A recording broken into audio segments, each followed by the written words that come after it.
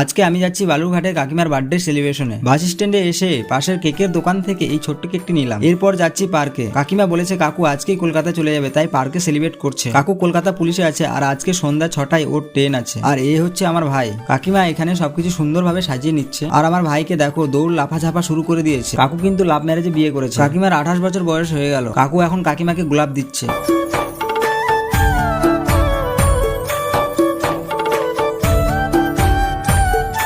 আর এই আংটিটা গিফট করলো।